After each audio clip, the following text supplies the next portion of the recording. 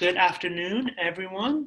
For those of you who have been joining us throughout the past 2 days as part of our Black Student Union fly-in, welcome back to a few extra guests that we might have from our Hamilton Scholars Program or from our College of Business. Welcome to this session. I'm Eric from FIU in DC. I'm going to read a few biographies and then get out of the way to ensure a great conversation happens. This session is on business and entrepreneurship as part of our Black Student Union fly-in. And we want to explore both from the perspective of business ownership and business leadership, but also, government policy around those topics. So we have two guests and a great moderator today. First and foremost, we have Shelonda Stokes, who's the president and CEO of greiBO, an award-winning collective that produces high-quality content for film, television, radio, web, and print. Ms. Stokes is responsible for the development of its global brand and successful position in the marketplace. greiBO's growing impressive client list is the result of her management. She also serves as a key advisor to an elite list of Fortune 100 CEOs, elected officials, and other dignitaries. Prior to this company, Ms. Stokes spent 5 years at HP, where she was responsible for managing, marketing, consulting, and sales for a $10 million government account. Additionally, she led re-engineering of HP's government business centers, configuration, and support system. Prior to that, Ms. Stokes helped develop General Electric's web brand identity. She led the charge with the creation of an award-winning children's fitness program, Let's Kick It. Ms. Stokes is the recipient of over 85 community and professional awards. She was recognized by former Mayor Stephanie Rawlings Black for her commitment to the city by transforming Baltimore's debt-ridden African-American festival to a nationally recognized signature event with an average $18 million yearly impact on the economy. She was appointed to the Governor's Commission on Minority Business Reform, Maryland Information Technology Board, and the Morgan State University Board of Regents, and is the chair for the leadership and program of the Greater Baltimore Committee and serves on the Downtown Partnership. She has a degree in electrical engineering from Morgan State University and is married to another engineering entrepreneur graduate from Morgan State University. They have 2 children. Probably something to add to that because I'm reading this off of the website of the National Women's Business Council. So it's probably implied to people reading it on the site, but importantly, she is a member of the National Women's Business Council, which is an advisory committee that advises the U.S. Small Business Administration and the president on issues affecting women entrepreneurs. Thank you for being here. Thank you so much for having me. We have Dionna Dorsey.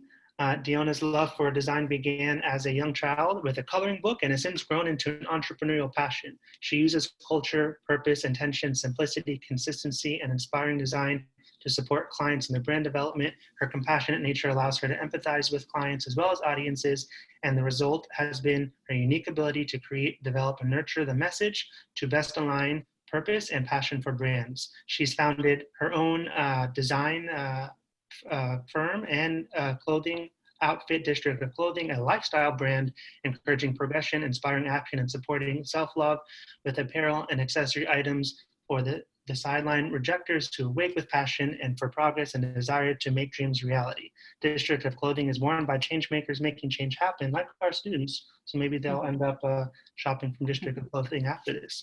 She attended Villanova University in Pennsylvania and Istituto Marangoni in Milan, Italy. She's been featured in Adweek, Forbes, People, Washington Informer, and was named a Washington Style Setter and currently resides in Washington, D.C., my favorite city.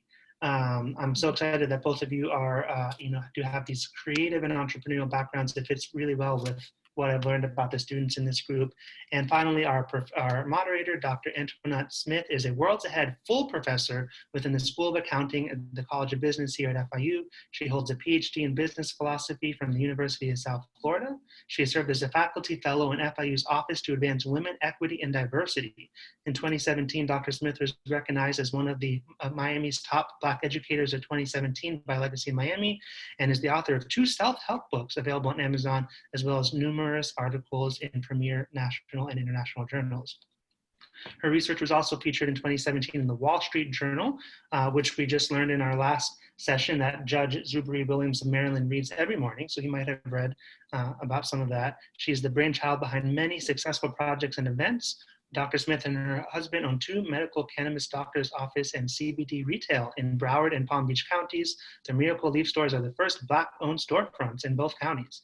Their 3rd business started in 2006 as Service Master by Alpha Restoration, restoring businesses from fire, water, and mold. We actually might need to talk afterwards because my dad might be in need of some of those services right now. Prior to joining FIU, Dr. Smith was an accounting professor from 2004 to 6 at Miami University in Oxford, Ohio. Before academia, she left a successful career at the Air Force Audit Agency, Central Intelligence Agency, Easton, Lawson, and Westfall, and NASA Langley Research Center, specializing in financial IT, government audits, fraud detection, information systems. Wow, Dr. Smith, I'm glad to be connected to you through this program and beyond. That's all you're going to hear from me, and I turn it over to this great group of leaders. Awesome. Thank you so much, Eric. It is my honor to be here amongst everyone and be here with these 2 amazing women, Shelonda Stokes and Dionna Dorsey. I want to start off by asking both of you, and we can start allowing, we can let Shelonda, if you'll start first, just tell us about your businesses or business. I think you both have multiple businesses. Yeah, we do. I think that's the life of the entrepreneur. So I thank you for the honor to be here. I'm excited about the students. I said this before you all came on. If there are any hard questions, I ask that you give those to Dionna. I don't want the hard, no, I only want the easy things, but I thank you for tuning in. We do want anything that we can do to help with furthering whatever interest you have. We're willing to do that.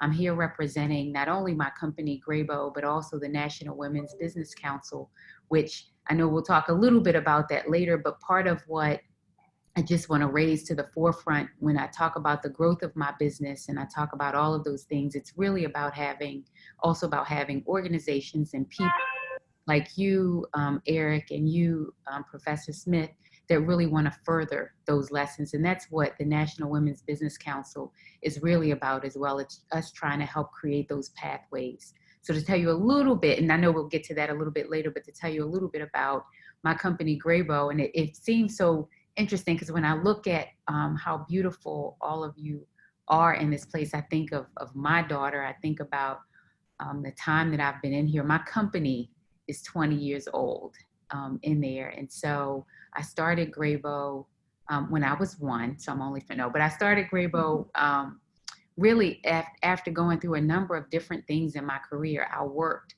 for Hewlett-Packard. I worked for General Electric. I did some things, and I got to a place in working in a company where I'd had what, at that point you start to call sort of golden handcuffs, where, I felt like there was this glass ceiling that I could not break. And there were a number of people and friends, and we were talking about how we could use our voice, tell our story, and to make a difference. And so my husband and my business partner now, they had what I called a little fraternity thing kind of going on where they were doing music. I mean, our company started on the baseline of music, and they were going around and they would wake up at 2:00 in the afternoon, and they were recording and doing all of these things. And the hope and thought at that point is that we could use that music to then launch different careers of artists. And that anybody knows, as you all know, that is a hard industry to break into. And because I had so much experience on the corporate side, it was, how do we take, those passions, those interests, and turn it into something that is a lot easier to access and that could create sustainable revenue and recurring revenue. And a lot of those things happen, I know, in commercials. And so you could take that same music that you would have out and do some things that now you're getting revenue every time something plays. So that's actually how we started. But it kind of goes into the company. We evolved over the years in helping deliver marketing, media, and all types of services to help, clients, businesses, individuals tell their story and share their messages. And so we do that in all forms. We do it over the web. We do it, with special events. I know, Eric, thank you. When you talked about the African American Festival, we do it through signature events, using all forms of media, PR, and all of that to tell the story. And so some of the brands that we've had the pleasure of working with, we've worked with Pepsi, we worked with Nike, we worked with Under Armour, and a number of brands, really helping them define a space. And what's been really great for us is we've carved a niche in a women's and a minority space. And so a lot of times those companies call upon us to help tell their story and transition those messages into messages that our communities will receive. So it's a lot more. I don't know how much time, but I'll pause it for now. Okay, you know, I'm looking at the title and I put it in the chat of your business. So how did you come up with the name greiBO? Yeah, it's actually pronounced gray, like the color gray. Gray, okay. That's a story in itself where you took a little bit of all of our partners' names and initials and kind of spun them around on a table to come up with something. And the thing that sort of sealed the deal for us is one of our first clients happened to be the greiBO tribe out of Liberia. And so they spelled it different, but it just, for us, it was confirmation on that name. Okay, wonderful. Thank you so much. Dionna Dorsey, can you tell us about your businesses? Yes, thank you so much to both you and Eric for having me. I want to apologize in advance because my puppy's on my lap. She always has to be on my lap for my Zoom calls, so she's going to pop up at some time and she's probably going to join in too. I have two businesses. My first is called Dionna Dorsey Design. It turned 10 this past January. It's a creative direction, brand strategy, and marketing firm, or boutique firm. When I first moved to Washington, D.C., it was in November of 2009. And many of you may not remember, but at this time, our economy, was just sort of upside down. And I was a fashion designer living and working in New York City, and the fashion industry was the first to go. I mean, we saw it coming just because of how things were changing, but it really hit almost immediately for the fashion industry. I made it through 17 rounds of layoffs in New York City. And by the 17th round, they invited me into a glass office and let me go in front of the few people who were left in our office. It was pretty embarrassing. I stayed in New York for one more year, and through realizing that the fashion industry was not coming back and that the economy was really going to change the industry forever, I realized I needed to go home. I was blessed to have a home to go home to. I came home to Washington, D.C. That started, my search for a job here. I wasn't able to find a job based on my high standards of pay. And so because I couldn't get hired, I ended up hiring myself. That's how I started Dionna Dorsey Design, the creative business. We was incredibly blessed through that service offering of clients. And after about 5 years, things started to change and my prime client went on a spending freeze, at which point I realized, like, okay, now what am I going to do? How am I going to, pay my bills and get through the rough months? And all the rage at this time was podcasts. This is when podcasts were really starting to be like very popular. And people were talking about passive income and side hustles. And I thought, well, I can build a website overnight. I can do marketing in my sleep. I know how to build a brand. How about I go back to fashion? I was a little nervous too, because it was sort of like a professionally abusive relationship that I didn't want to go back to, because it was we can talk about this later, but being a Black woman, not everyone knew that I was Black, so I say brown, but I am a Black woman. I think they did not know what I was, honestly, but it was very challenging at times. So I wasn't necessarily sure I wanted to go back to fashion, but I also knew that I could do fashion very easily in a way that hopefully wouldn't be too much of a lift initially. So in December 2014, I launched my second business, which I call my side hustle baby, District of Clothing. And we sell primarily online, sweatshirts, hoodies, hats, pins, stickers, t-shirts, leggings, shorts, but everything has encouraging messaging on it. Like Eric said, we really want to encourage progression. We want to inspire action, and we want to support self-love. The linchpin to District of Clothing is a design, and I should have had some things down here. I'll be able to pull a couple of things in a second, but the linchpin to our business is the very first design is the Dreamer Doer. And that's really just encouraging people to go from dreaming to doing. Our number one selling item for the last, I think, 2.5 years now has been Trust Black Women. The reason why, you know, these two businesses have allowed me to be here with you today is because I believe in putting your whole self authentically into whatever it is that you decide to do. And so we'll get into that hopefully a bit more later. But again, I'm really happy to be here. So is Coco. She's going to pop up any moment. Her name's Coco LaRue. And I'll leave it back to Professor Smith.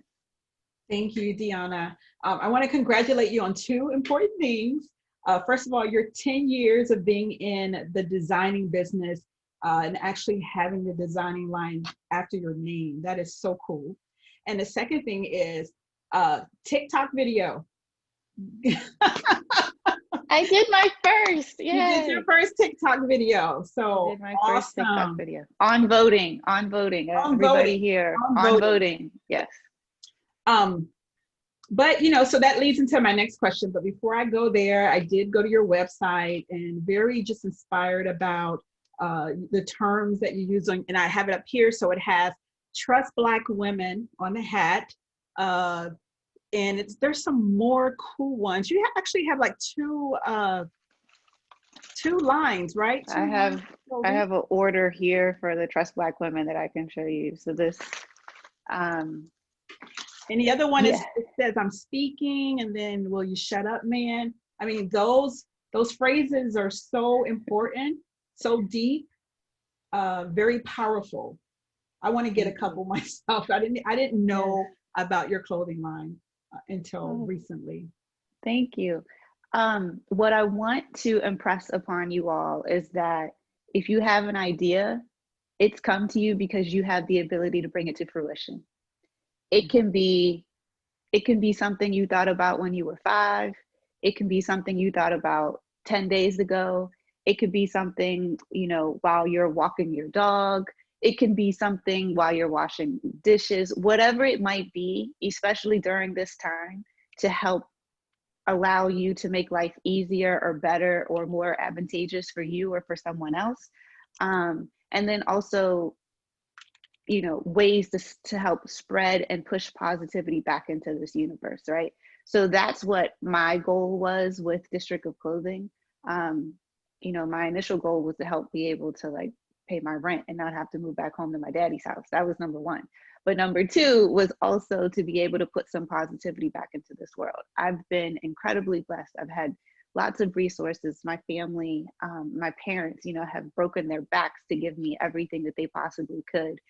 And living here, I was half raised in Washington, D.C. on Capitol Hill, and I was half raised in Pittsburgh.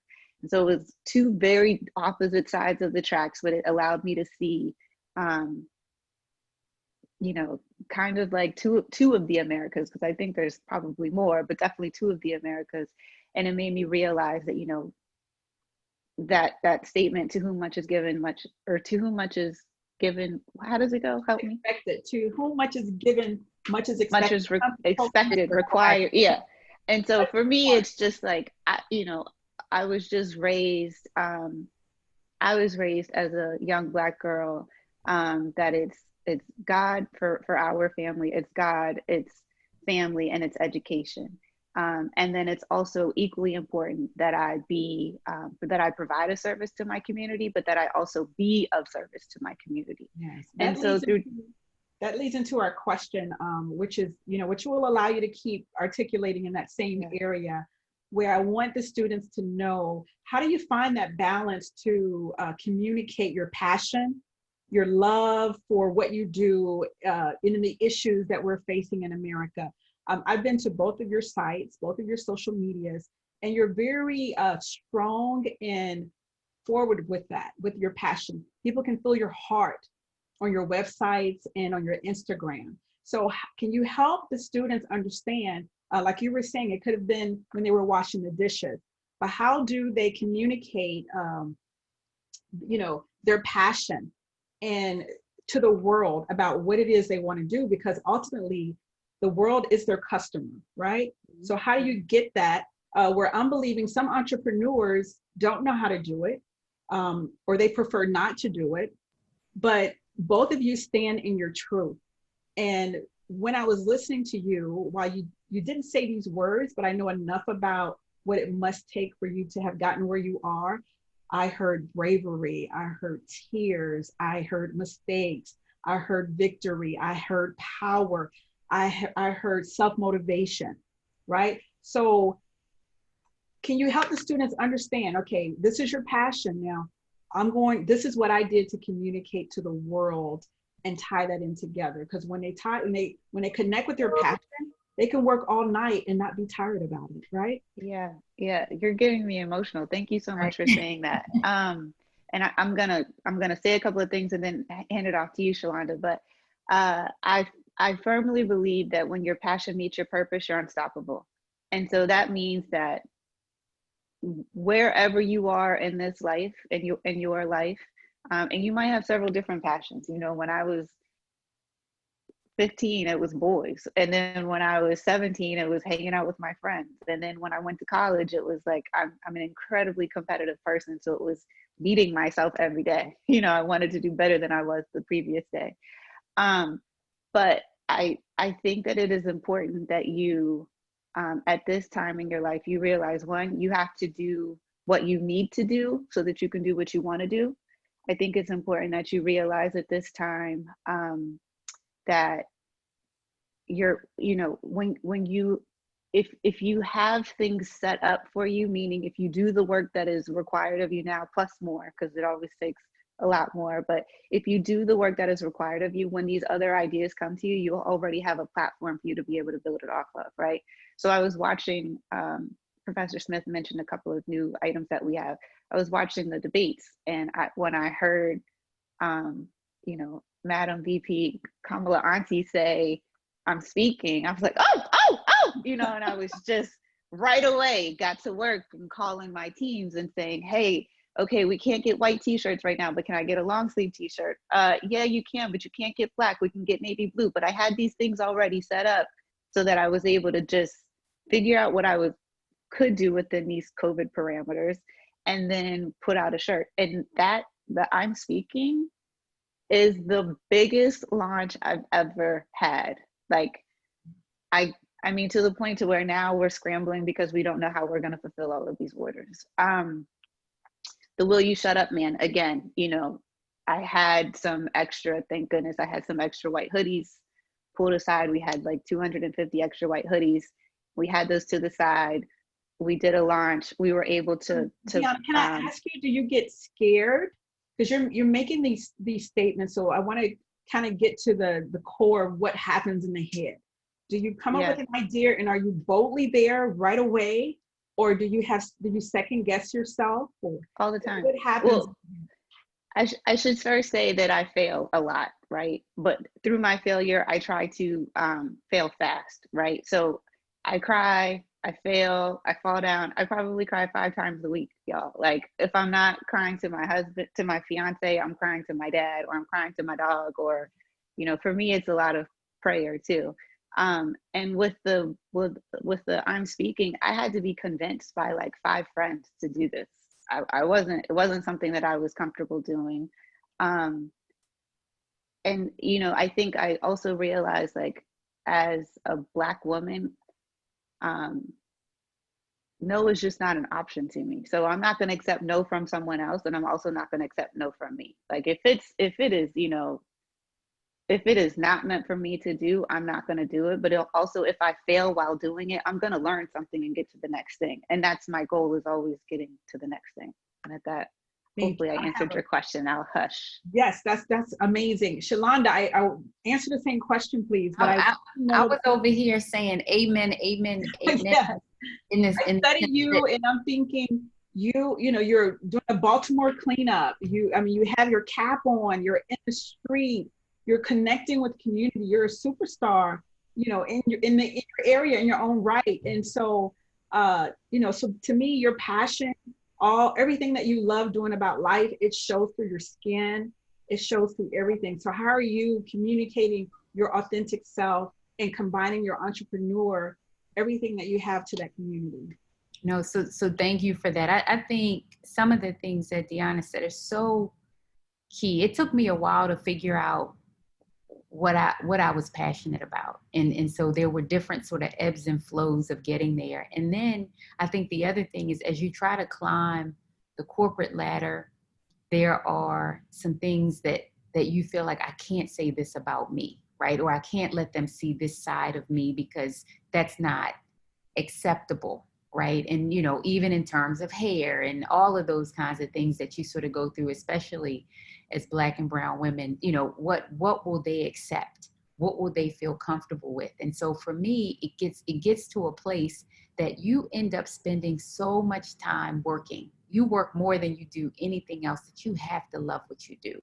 And if you don't, literally that's when you see people being miserable and all of those things. So there were a couple things that I think sort of helped me communicate and get to that place.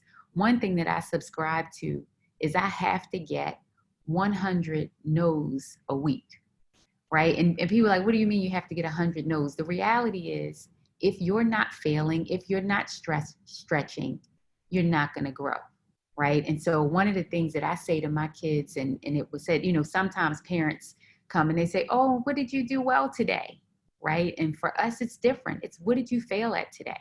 Because if you didn't fail, then you won't grow in that way. And so for me to get to this place where I'm comfortable, I'm understanding I had to fail and stumble, and to be able to see and communicate those things along the way. And so it was really a learning in that stretch. And some of it, you know, when you put it out there and people start to see, you attract people that are like-minded, and that can help sort of foster the growth in ways that you couldn't before. And so, you know, I talked about the one hand of greiBO that I have. What you're talking about, even with the cleanup, I'm actually the president of an organization in Baltimore called Downtown Partnership.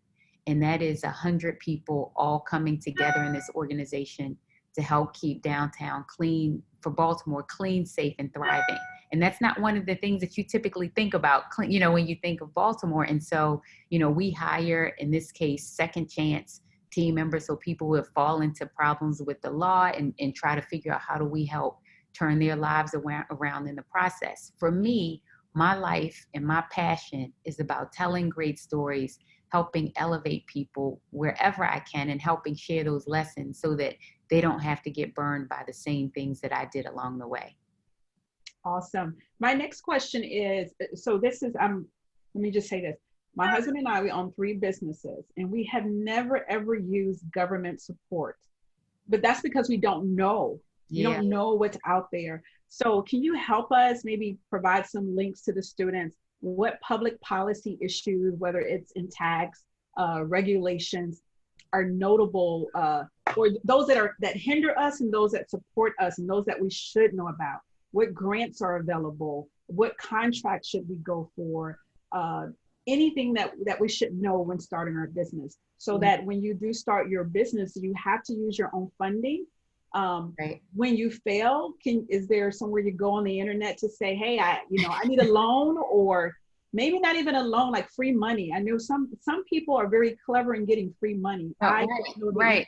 I saw that actually in one of the chat questions early on, and I didn't know if it would come in earlier. I think one of the questions talked about whether or not it was beneficial to receive business grants or investments. And so I could sort of frame some of that in what you're talking about. And a lot of the perspective that I come from there comes from, you know, what we talk about and what we strive for at the National Women's Business Council.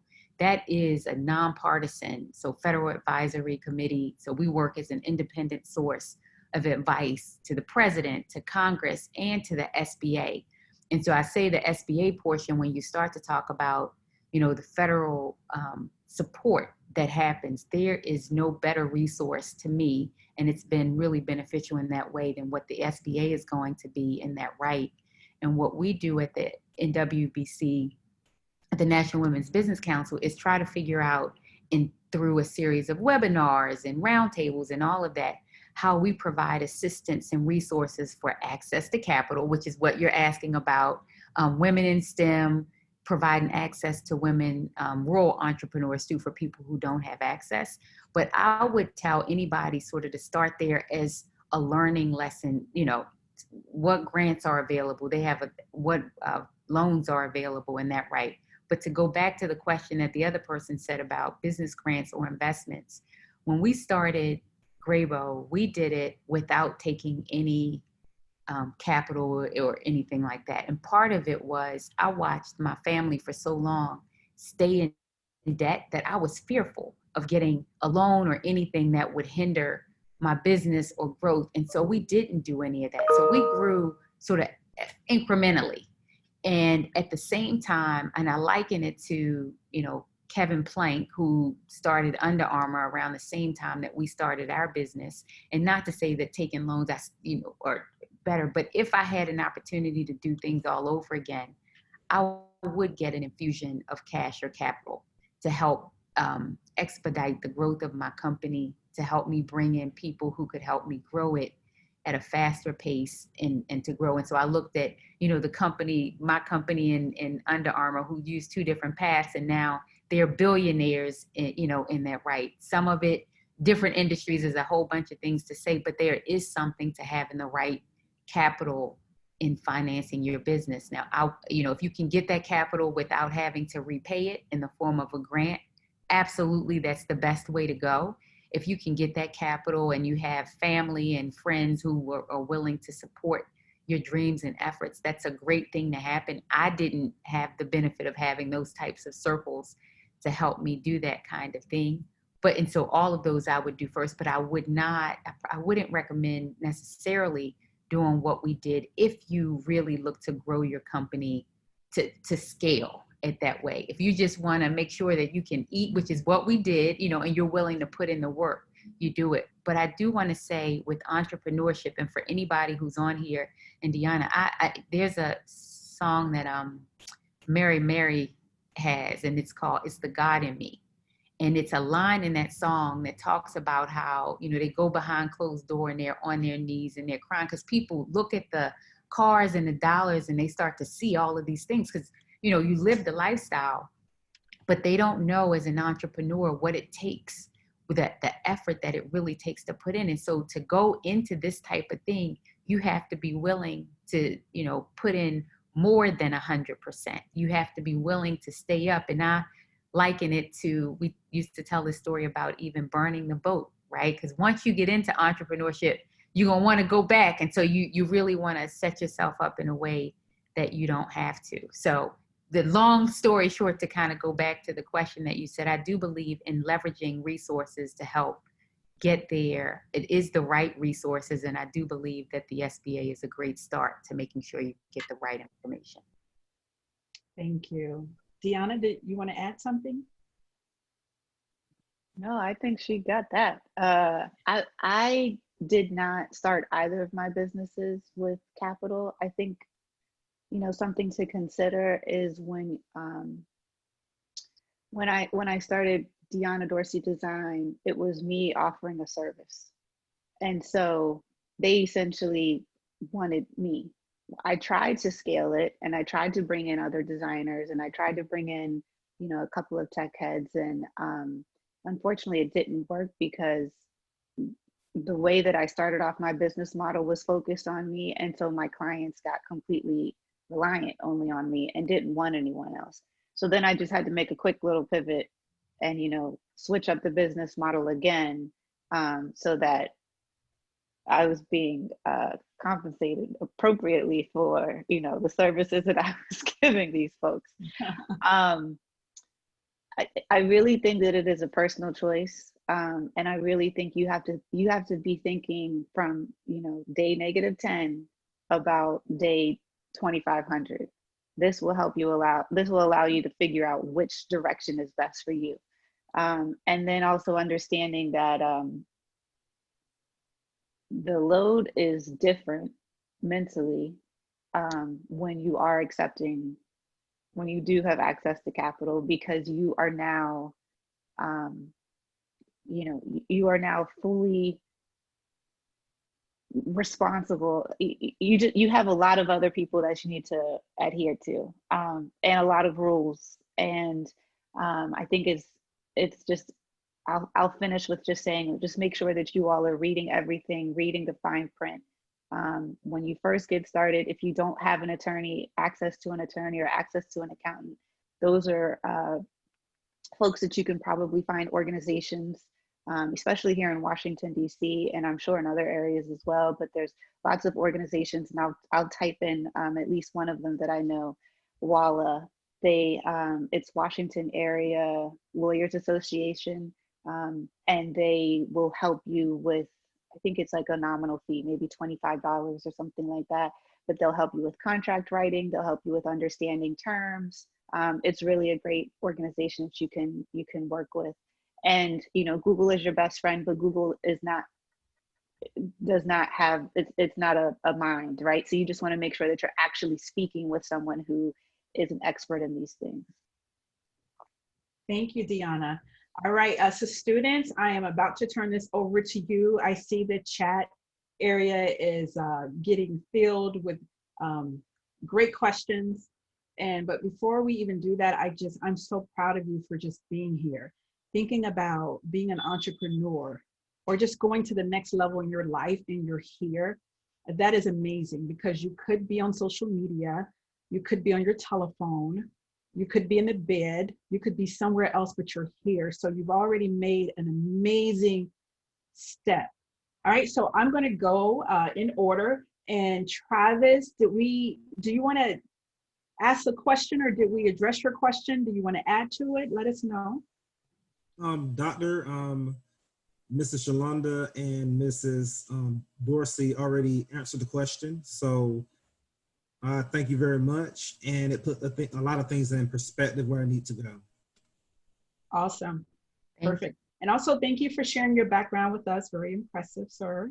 Mm-hmm. Absolutely. Thank you. All right, so let me see. And also both Dionna and Shelonda have shared their contact information. I'm going down. Amber, I know you said thank you for the contact information. Did you have a question? I just want to make sure that this is a very free and flowing. Okay, perfect. Thank you so much. Cleo, and I hope I'm pronouncing that correctly. I have a question about accepting venture capital, angel investors, and sustainable manufacturing. So you want to speak on that question? Mm-hmm. Yes, I would love to, Dr. Smith. Thank you so much to all of you being here today to speak with us on entrepreneurship. It's incredible to have 3 phenomenal Black female leaders in that field. And I feel like you guys already touched on venture capital, applying for grants, and the pros and cons of having money granted and then loans. So my question now is going to be more geared towards like finding sustainable manufacturers. Like I have already registered my LLC, and I want to incorporate, like a basic retail line. But before I do that, it's important for me to make sure that who I'm getting the materials from, the source, I'm not like imposing on that region. Like, let's say I find a shirt manufacturer in Indonesia, but they're like, pretty much supporting or progressing slave labor. Like, how do you deal with finding things to sell that are not just going to benefit you and your family and your situation economically, but also leave a good footprint on our community around us? Yeah, I think I think you're really ahead of the game.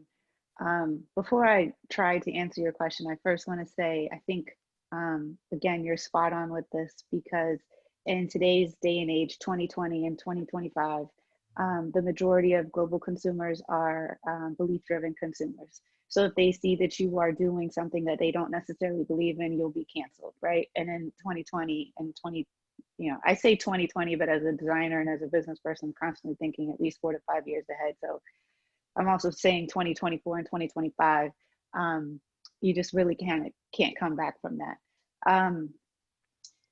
It is really very tough to discuss sourcing. So I will even give you my phone number, and maybe we can have a call offline about this. My background, again, is in fashion. So I was in New York City prior to working in New York, I was in Italy, and I spent half my time in school just like getting lost in these small little towns and in my very little and very broken Italian that I would like infuse with every other little romance language that I learned. I was just learning, asking questions and learning things, right? And so it helped me have a better understanding of how the manufacturing and production worked. Too, when I moved to New York City and I was working as a designer, I had access to several different manufacturers and factories. And I started to learn through that process as well. Most oftentimes, as an individual person, you may not meet the minimums that they'll have for you. So my suggestion would be, and it could be slightly more expensive, but it's okay, at least for starting, that you consider working specifically within the United States, at least initially. That way you're not worrying about importing and exporting and shipping and taxes, and it's a lot to have to worry about. But again, you know, based on the different fabrications and the notions that you're discussing, we can talk offline and I can kind of point you in a couple of different directions. Thank you, Chloe. That's a pretty way to actually spell your name. I'm looking at Danaka. Before, Professor, if I could just add to that, and I know I definitely can't top, because I know this is definitely Dionna's space. We do have a number of clients who are in this space, and similar to what she said, I mean, I applaud, Chloe, your forward thinking in this space. And I think for you all, your generation alone, I think that's one of the things that I'm most impressed about with this generation. You all stand for what you believe in. You wear it, to Dionna, on your clothes, on your sleeves, and it's who you are. And so I want to applaud that. I want to also add to what she said. There are organizations like MBDA. It has an advanced manufacturing center. And part of what these organizations sort of target, especially where you have minority manufacturers, they will sometimes combine orders and different things so that they could help get scale and you still be within, you know, a price set that's somewhat affordable. Because what Dionna is saying, sometimes when you try to go overseas, the quantities, we just don't have the capital or resources to do it. And I've had clients who have purchased those large quantities, and because of the connection, once it gets here, it's not what they wanted, and now they spent so much. So to have sort of that middle ground in there is also helpful in the process. So I think you two connecting is going to be good, and also just looking at other resources that may be able to serve as an intermediary to help in that process. Yes, I have two thoughts that come to mind as I'm thinking about the question. So I'm a type of professor, I don't like to hold back any resources. I'm thinking about for our store, and I'm learning, I'm new at this. This is my first time having a storefront. It happened to be a medical marijuana storefront. And when my husband brought it to my attention, I thought marijuana, you know, because my dad went to jail for marijuana. So I always had like a negative connotation behind it. But I'm so thankful he convinced me. After a whole year, I'm like, can you please give me Thanksgiving and we not talk about this? Neither one of us are users, but I have seen so many benefits from it. So I just bring that up to say that,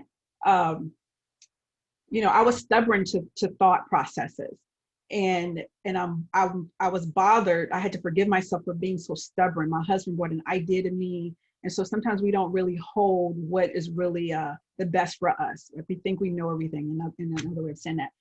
But to get to the manufacturing, I bring in a lot of products to the storefront, and I purchase off of Alibaba because I don't know of another way.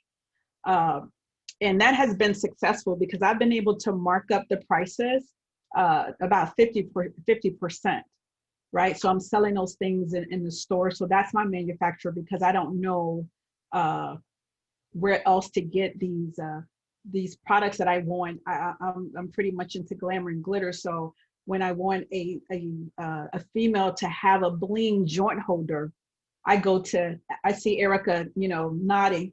I go to Alibaba for that.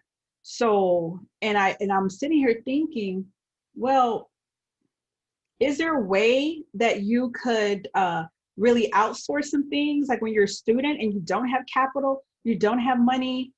We had to pull from our retirement but this is retirement that we accumulated, since I was 18 and since my husband was 18. But if I were these young individuals, I was not thinking like that. So I might have been I recall living paycheck to paycheck, right? So how do you get creative and get to products with, limited people? You don't have employees. You may not have a team around you that really supports you. So do you save up this capital over time? Do you borrow from your family members? So what do you suggest for the student who wants to start today?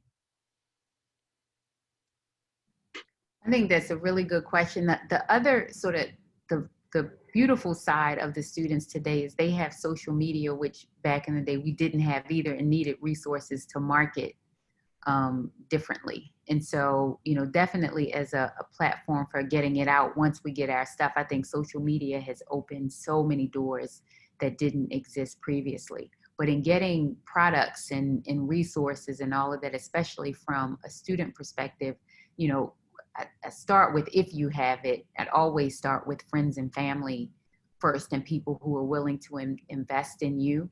And what I say, even to my daughter now, when she looks to come up with some different ideas or whatever they have, even at this level, you want to see a business plan. Although you want to invest in people, you want them to also kind of think through what are the steps that they really need to take, and what is the anticipated sort of return, as opposed to, I like X, let me just do it, right? And so it's really having forethought into that. That's one thing I would say. And then the other thing I would say, and that's why I talked about either some of the centers, most organizations that I'm a part of, the reason I love them so much is we're trying to figure out how we invest back into a lot of students. And so we'll do a lot of things around pitch competitions and all of that so that we can do ideas. We work with Black Enterprise, who always does for students and other things, different ways to engage to help students get access to capital, even beyond what their friends or family may have. And so initially, to get that where there may not be any resources, it's really going to reach out and have to dig a little bit deeper and be more creative, I think, about getting some of those things out. At this stage, I definitely you wouldn't qualify for a bank, but I wouldn't recommend those type loans or trying to go into debt that way at their age as well. Thank you. And you're sitting here reminding me that even we have two businesses, but when we needed our second location, I had to borrow $20,000 from my aunt. So check into your aunties.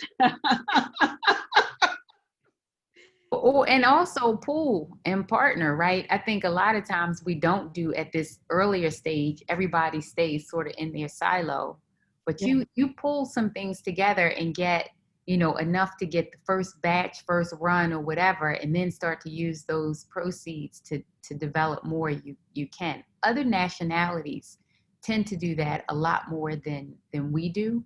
And then, right, some of it may just be culturally how, some of the things are, but you really look at having the partnerships and money stay within the circle, we could go a lot further, faster. Thank you. Danaka, are you ready? Yes, but it's Danaka. You pronounced it wrong. Danaka. Yeah. Hi, everyone. My name is Danaka Jean. I'm a student here at FIU studying international business. I just want to say thank you. I really am admired with all you guys for coming and talking to us, three phenomenal women. Definitely Black excellence in the room. But I do have a question, though. I know as a Black woman, like, we have so much admiration, especially with Miss Dionna. I think that's her. How you pronounce it? Dionna? She said, Dionna. I'm so sorry. D is fine. A, B, C, D. That's fine. Yeah. I'm so sorry, but you, especially when you were saying that you were raised in a family, it's God, family, and education. Now, like, I'm literally raised in the same way. That's how my mother taught me. My parents taught me. I was raised in the same structured household.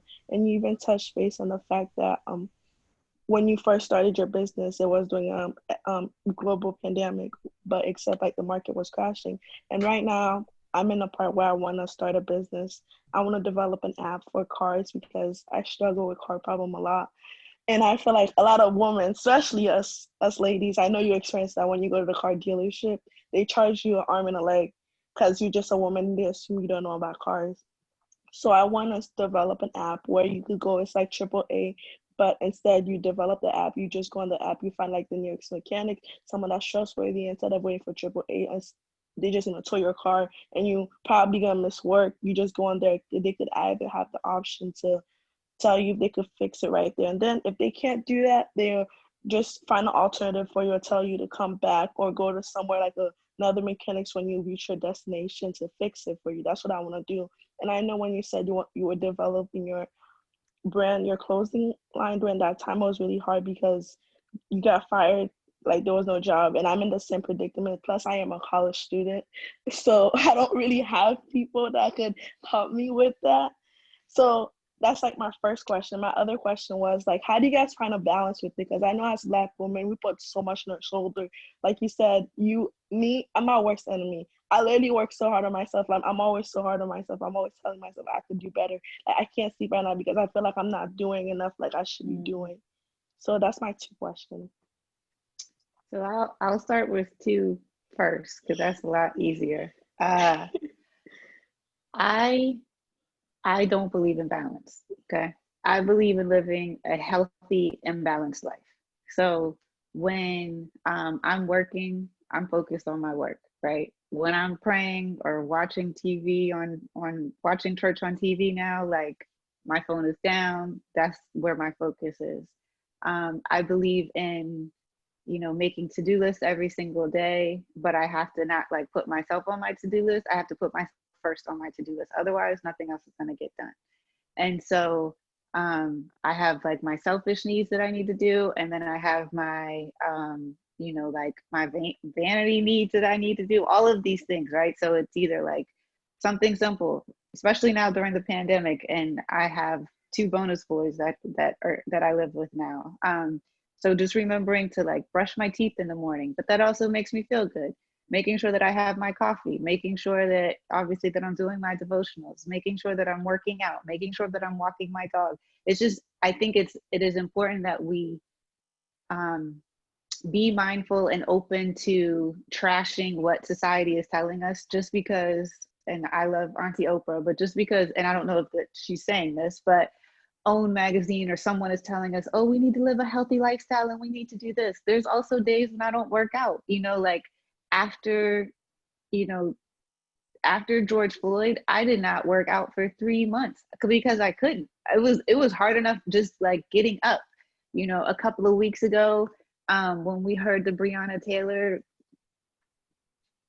decision, I was decimated. I couldn't do anything for 2 days, and I allowed myself. I had the luxury of doing that, but I allowed myself to just do nothing for a couple of days because I needed that. My soul needed that. My mind needed that. My body needed that.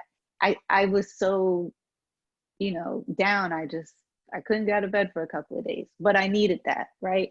I think it is important that you put yourself on your to-do list. You put yourself first on your to-do list, and you realize that, there's a ton of distractions out there. They are distractions.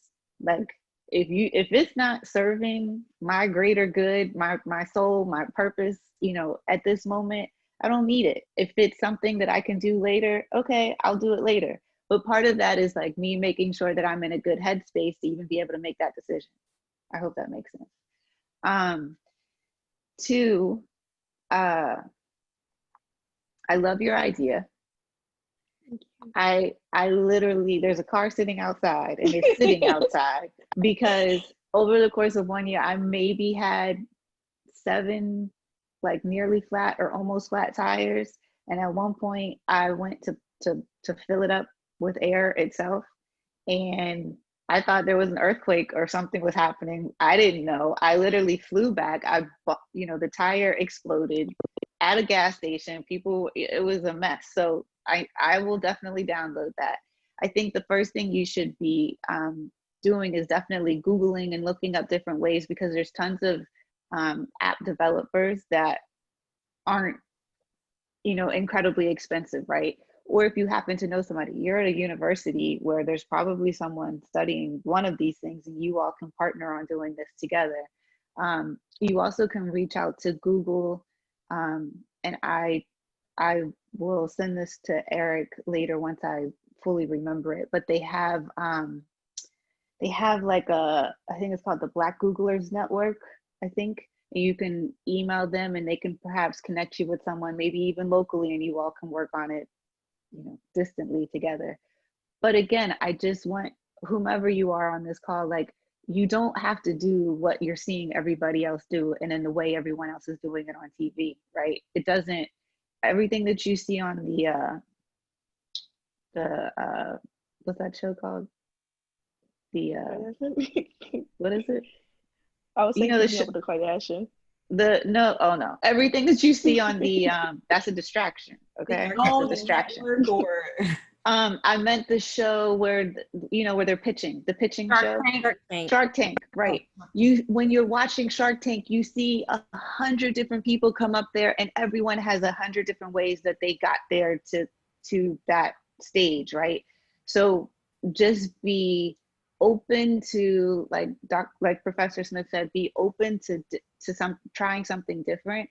I'll forward you the information about the Black Googlers Network, and just Google is your friend.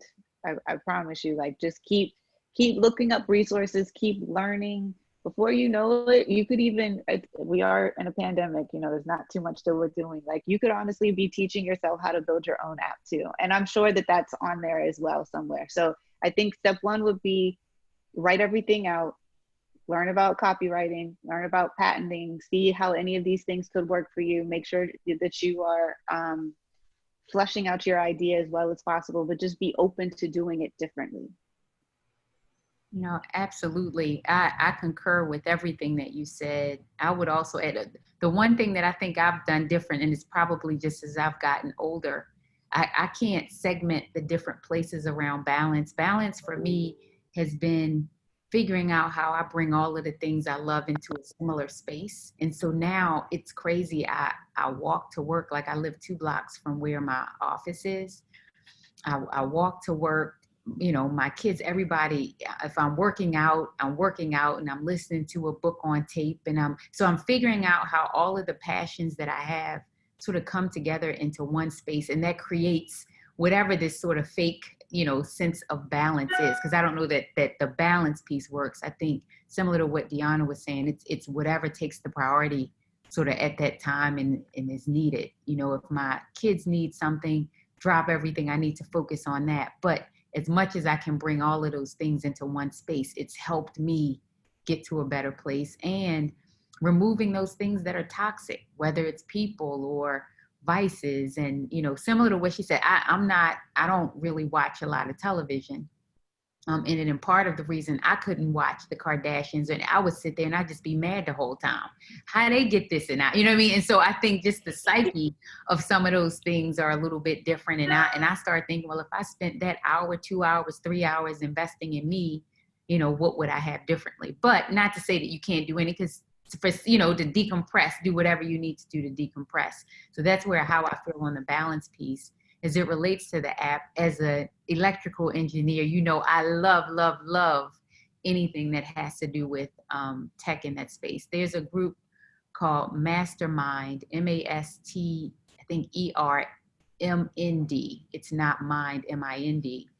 I know my daughter is currently interning for them, but one of the things that they do is they will help, if you do want to code it yourself or do some things like that, that group helps with that piece of it. And I totally agree. You're on a university space. The partner piece came to my mind, similar to what she shared immediately. You have the idea, you partner with somebody that's in, the tech space who can do it, and partner with somebody else who's in another space and form this team who's willing to do it. I think so often we have these ideas that sit on the shelf because we just don't know how to bring them out. And if we don't know, it sort of stays in there and doesn't. And so it's sharing it like you did today. Any sort of resources I can think about, Eric, I'll make sure I send them back to you as well to share, because we need to launch this. I have been in the same place.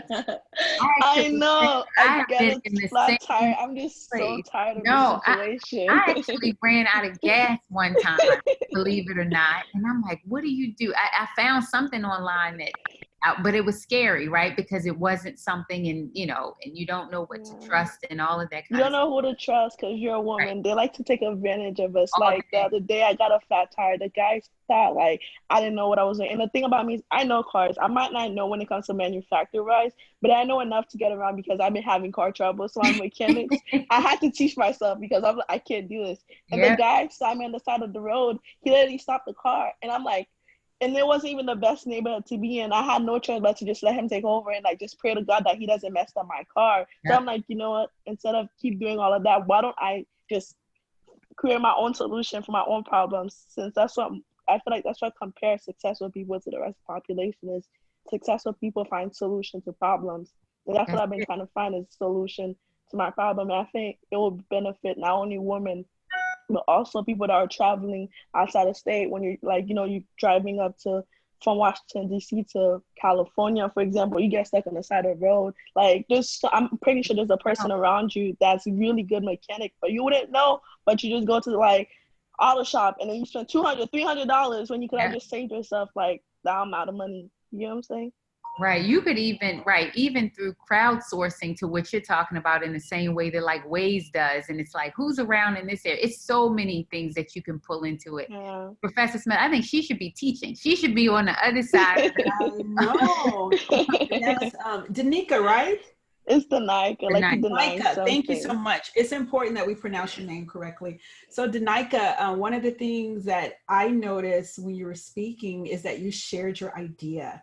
I've been around long enough to know that people really hold something so tight to them, so that not sharing doesn't allow them to get additional resources. So you've had two amazing experts just pour into your life right here, just because you were able to share it. To me, it's not about articulating it correctly, but it's about, of course you can't share it with everybody, but just because that's what I've been scared of to do. Yeah, just because you took that leap and asked and gave some details, I'm so proud of you.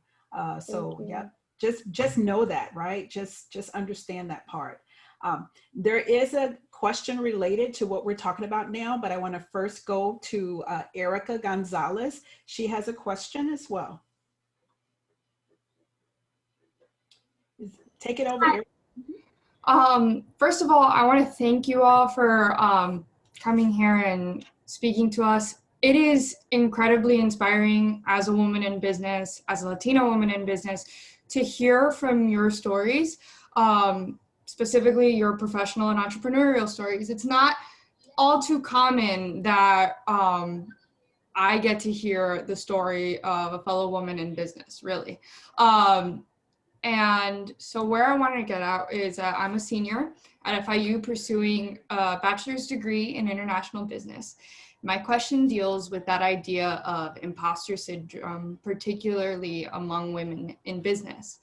How do we get past our fear of failure to get closer to finding our passions and solidifying our position in the professional world? I know it's like a pretty big question, but it's really helpful to hear an answer for that.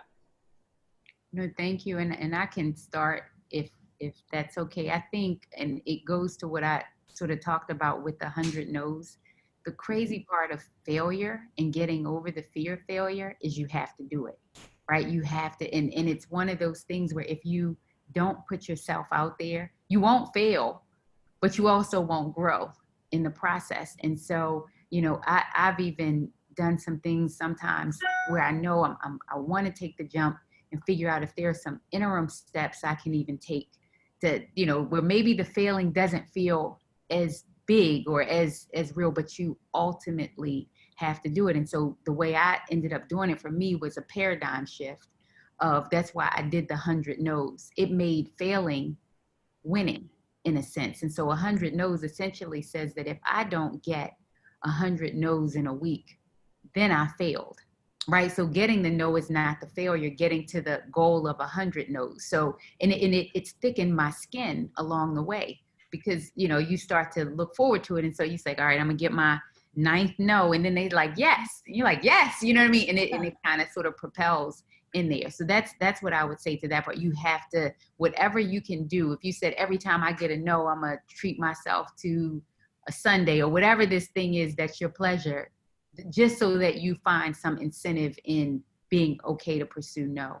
With the imposter syndrome, but that part is so interesting because social media to me has opened up a whole door of imposters. Like we live these lives online that people, you know, and we start to believe them in some cases too, or, you know, have our circles around us. And it's in some ways, it also, some of it you gotta have to do. I know you probably heard the term kind of fake it till you make it. Mm-hmm. Because in some ways, until you reach a certain point, you letting people see your vulnerabilities. If you say, I don't know in some cases, or I've never done it, sometimes people are scared to take a risk on you. And so, you know, not telling you to lie in here. And sometimes you do have to sort of push the boundaries a little bit just so that you can get that opportunity. But on the back end, be ready to deliver on whatever that thing is. Do you know what I'm saying? And so I think for the imposter piece, I wouldn't go so far into lying. I have 20 years of doing blank, blank, blank, or I've done this, or, you know, I have 5 Benzes, and it's none of that, right? But sometimes people do want to believe or feel that you're confident about where it is. And if you're not, you might have to fake, like, you know, no, I'm whatever. So those kinds of things to kind of push the boundaries a little bit there. Right. So, for example, I was in an interview, right, where they asked me a very finance-based question. It was like, what do you think are the 3 biggest influences to the stock market today? And I was like, right. Like, I was almost like sidetracked. I didn't know how to answer. And to which I said, listen, I really don't know the answer to it. And it was that moment of like, I don't belong here. What am I doing? Like, of course, this would happen to me with this kind of interview or whatever. But, you know, it's the whole idea of growing from that. Yeah. That's like kind of hard for me because I have to say, like, as women, there's almost like this expectation that you need to meet. And if you don't meet it and you fall short, then you're like kind of not worthy of going that extra step, right? Right. Or, you know, that's kind of like, that's still like under unsaid thing in society, right? So if I don't meet it and I fall short, how could I like not get into that rut of being, right, you know, darn, I didn't get there. So let me still propel. No, I want to interject just for a second. Okay. So Erica, I have, and I'm dittoing with what Shelonda is saying as well. I had a similar fear when going to get my PhD, and every time I look out into the audience, there's a big group of white males or Indian males and Asian, but you know, and black dots, you know, when I could see the person's head or whatever. So every time, and plus I came from low income, right? So every time I got in front of an audience, I would say to myself, I have to talk about statistics. I have to talk about something I just learned last month, right? So I just learned last year in front of older people who have been doing this forever. And right away, fear would come in. So I just wanted to interject to say one thing my uncle told me. He says, you're only as small as you make people tall. And so, in other words, the reason I was having this fear is because I was lifting everybody up higher than me. So I said to myself, that's what's going on in my head. I'm talking about how I'm different than the audience, how I'm less than, how I came from a different background. I didn't know their background, but this was just stuff I put in my head. So I want to just share that with you because it took me a long way where I would have to call my uncle and say, can you please tell me that statement again, right? And he would have to lift me up like 10 times. Now, someone who's looking at me today would not even know that's how I was 10 years ago. Meaning I had to sometimes call my uncle, my mom, my aunt, someone, please give me a confident word because I'm about to go on stage. Mm-hmm. But now they haven't heard from me in some time. I want to make another statement. I call it the wilderness. So I used to say, God, why do you keep taking me through this wilderness? It's going to hurt. It's going to sting. I'm going to be on the ground for a whole week. I have things to accomplish. I have children. What are you doing to me? But now I look forward to the wilderness. So you do get used to it. Ms. Shelonda talked about building a thick skin. And now I sit around and go, where's the wilderness? You're not going to train. You're not going to take me to the next level. What is going on? I'm ready for this. So at some point, you also have to be okay with the fear, because it's really not a fear. It's just you pushing the envelope, right? But just train your head to think that you're great how you are. Right. And you're put on this earth for a purpose. And no one can fulfill that purpose but you. If Erica left us today, no one else can replace you, Erica. And the other thing I learned too is that no one's smarter than you, Erica, in your own area. You got to understand that. You may know how to cook broccoli and I don't, right? So now Erica knows how to cook broccoli and I need to learn from Erica. So no one is smarter than you on all levels across the board. Right. So I just wanted to interject that you have to kind of understand and appreciate your uniqueness. And then when you get that interview question, be truthful to yourself, be truthful to the person. Be like, you know what, that's a great question. And it's a tough one for me. Can I get back with you? Right. And they're going to appreciate that part of you, because guess what? They also have tough questions as well. They also have things that they don't have. Everybody's normal. Right. And I asked. I need to. Oh, I'm sorry. I'm sorry. Go ahead. I need to hop off. So I just want to say thank you so much for having me. You guys can always reach me. I hate that I have to go. I have a 2:15 that I'm late for. But what I do want to say to you quickly, Erica, is imposter syndrome was real. I suffer from it terribly. But so are you. And if you can think about what you overcame yesterday and the day before and the day before, I hope that you can use that to propel you to keep moving forward. And, the one thing that I do quite often, I don't like public speaking. So this is like my new form of public speaking, and I still get really queasy and nervous, but I do like power posing in the mirror, and it really, really, really, really, really helps. Look it up. Maybe it'll help you too. I really enjoyed my time. Shelonda, I'm going to reach out to you because you are amazing. Thank you so much for having me, Dr. Dorsey. We appreciate you. We're going to take one more question. Thank you so much. One more question. Let me just say that. Oh, I'm sorry. Go ahead. If I could, just to Erica, just to say to you, when I interview, I put questions in sometimes that I know people won't know, right? And I do it for the reason to see how they will respond. And what Professor Smith said is true. We do want you in those scenarios. Don't try to fake it, right? If you don't know it, say you don't know it. What's impressive to me is when people say, well, I don't know, but this is what I attribute it to, or what I'm thinking, or what makes sense. Like if you say that to me, then I think you're willing to go beyond, because what I'm looking for in people is not that I know. What I want to know is you have the capacity to want to do more and think more, and that you're going to bring some original thoughts to the team. Thank you so much for that. I have to head out. I have a finance class that's waiting for me. Yeah. But I really, really thank you guys so much for your perspective. I appreciate it. Thank you. Thank you, Erica. I know we're going over time, so we're going to take one more question, and then Eric, do want you to have a break before your next session. So this is coming from Michaela.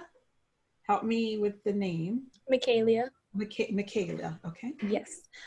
So Dionna left, but you were both mentioning, the importance of finding a balance. So I recently started a business literally 2 months ago. So I'm really interested in hearing about like how you were able to find your balance, because like I'm a full-time student and I work, and it's like, I think that's the thing that has been challenging me most, is like just trying to find a balance. So I'm really curious about how you were able to tune out the various distractions that can impede your progress. So I think that's a great question, and it's one that's pretty consistent, I think, within this group, and one that you'll find. To me, the best way, when I was in college, the best way to do some things, and it seems sort of probably amateur in nature, but you have to do lists to carve out time and be intentional about those lists. There was this book that I had one time that even it had like these dots around each thing, and one of the things that it said is you shouldn't plan to do more than 5 intentional things in a day. Because if you start to plan a lot more than that, you can't dedicate the amount of time that you need to it. And when you start to work on something, you really need to be laser focused on getting that thing complete. And so it's easy to not find balance and to get distracted if you're on something and then every time an email comes in or your phone dings and it's a text message or any of those things, that it's easy to get distracted with some of those things. So you really have to write a list and say, I'm going to dedicate 1 hour, 2 hours, 3 hours so that I can at least touch on these things that I need to in that way and prioritize it. I prioritize with the thing that I hate the most, doing that one first. Because if not, I'll get to all of these other things and then not do it. But you have to, in order to find the balance there, really have to be intentional about creating that space and figuring out what other things are not as important. I mean, we talked about, and not to say TV isn't, but we talked about that earlier today. Maybe, cut down on some of the things that you do there. I like to, like I said, I do some books on tape or listening tape. That sounds so old, doesn't it? But I do some audio books or anything like that so that I can save any place that I could sort of save time and still get those things done. I try to do that as well. No, I totally love that. I have a to-do list, so anytime I think of anything, I always write it down. But like, that's a great point, being intentional and saying that these are the things that I'm going to accomplish today, that you can prepare yourself for that. Yeah. And don't go to sleep until it's done. Those 5, whatever that number is, you have to commit and say, I will not do X until it's done. So I'll do 1, take a break, do something, do 1, but I have to do those 5 before I go to bed. Absolutely. Thank you for that. Thank you. Thank you. So we will end it with that. My phone, you can't really see it because of my phone is off for this important session here. So in addressing that question, sometimes you do have to turn, because it'll beep with all the businesses, with the employees coming in. But guess what? They will survive. They will survive for 2 hours without me. So you have to get out those distractions. Eric, I'm going to turn it over to you. I want to thank you for just allowing us to speak to these amazing students. I am so proud of each and every one of them, just for being here. I was not the student when I was their age. Neither was I. I know. So I already imagine. So I'm at Chloe's top. I need to figure out where you got that top from. Yes, I know. So I am already expecting great things. I might have been in the club during this time. Right. So, but I'm still successful. So you guys are really jump starting your entire life, not only for you, but for generations to come. You're going to be mentors to people. You're going to be on panels one day and you're going to be telling us how to do it and how you did it. So thank you, Eric. Thank you all. I'm thankful for so many things right now, that this was so transformative and inspiring and informative. I'm thankful to Dionna, who knows that, because I've chatted her. Thank you. She was on her way out. But I'm also thankful for the relationships organizationally here.